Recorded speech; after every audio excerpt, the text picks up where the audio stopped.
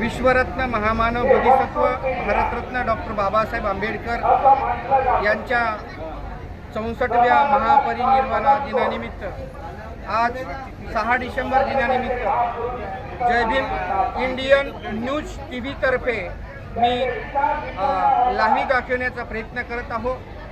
बघा, तिथे रांगेमध्ये सर्व भीम आणोनी भीम सैनिक